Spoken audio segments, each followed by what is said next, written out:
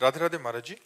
महाराज जी, मुझ में आत्मविश्वास की कमी है। महाराज जी, अगर मुझे कोई एक बात सुनाता है तो मैं उसे 4 बात सुना देती हूँ और बहुत सोचती हूँ, फिर मन अशांत हो जाता है। फिर महाराज जी, बहुत जिद्दी स्वभाव की हो गई हूँ कि मन इधर उधर विचलित करता ये रहता है। जितने भी हमारे अंदर मलिनताएं हैं वो भगवान से विमुख होने के कारण हैं।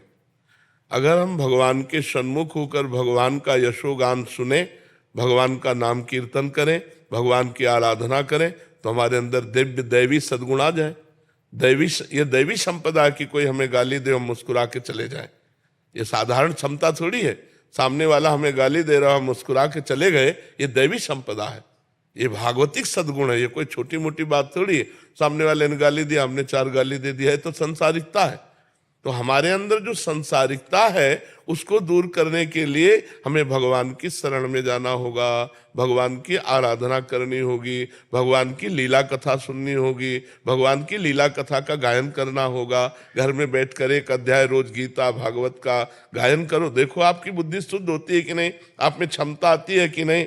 अब देखो टीवी के सीरियल और मनमानी आचरण किए जाए और फिर सोचा जाए कि हम दैवी संपदा धारण करें, तो असंभव है। राधे राधे महाराज जी। महाराज जी, मोह, अहंकार और माया का लालच के कारण बहुत सी गलतियां हुई हैं जीवन में। अब बहुत पछतावा होता है, कैसे अपने आप को इससे मुक्त करूं प्रभु? अगर पछतावा होता है तो मुक्त होने में देर नहीं लगेगी, लेकिन वास्तविक पछतावा हो तब ना। पछतावा हो कि हृदय जल रहा है, अब खाना अच्छा नहीं लगता, पानी अच्छा नहीं लगता, रात दिन एक जलन पैदा हो रही मेरे से ऐसा, तो वही पश्चाताप ही उसको भस्म कर देगा।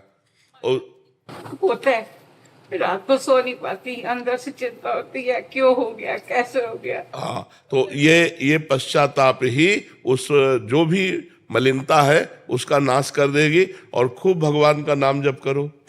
नाम जप करते हो, अधिक से अधिक भगवान का नाम जप करो। नाम जप से ही कलयुग में भगवत प्राप्ति है। अन्य युगों में अलग अलग भगवत प्राप्ति के साधन थे, जैसे सतयुग में ध्यान, त्रेता में यज्ञ, द्वापर में पूजा, लेकिन कलयुग में केवल हरि नाम, केवल हरि नाम।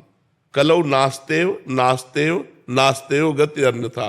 भगवान श्री कृष्ण द्वैपायन व्यास देव जी महाराज 3 बार कहते हैं कि बिना हरि नाम के किसी का भी कल्याण नहीं हो सकता, नहीं हो सकता, नहीं हो सकता। हरेर नाम हरेर नाम हरेर नाम एव केवलम कलौ नास्तेव नास्तेव नास्तेव गति अन्यथा। हर प्रश्न का उत्तर नाम जप है। नाम जप करो, आप देख लो, हर प्रश्न का उत्तर समाधान आपको मिल जाएगा। हर बात का समाधान, हर संकट का समाधान, हर चीज जो चाहिए वो सब नाम कल्पतरु। जप के तो देखो। अब नाम न जप करो, भगवत विमुख होकर गंदे आचरण करो, चाहो सुख तो कैसे प्राप्त हो सकता है। सुख सिंधु भगवान से विमुख होकर किसी को सुख मिला है? इस मलिन माया के भोगों में कहीं सुख है? जितने भोगे सब हाथ मलते रह गए और यहाँ से चले गए। मनुष्य जीवन का जो परम लाभ है वो है परोपकार करो और नाम जप करो। अगर 4 रोटी भगवान ने दिया है तो 1 रोटी अपनी 4 में से निकालो, पशु पक्षियों को बांट दो, भक्त को पवा दो, किसी गाय को दे दो, किसी वैष्णव को दे दो, और अपना पेट पालो। 3 रोटी से पूरे परिवार का ऐसे चला जाता है गृहस्थी में।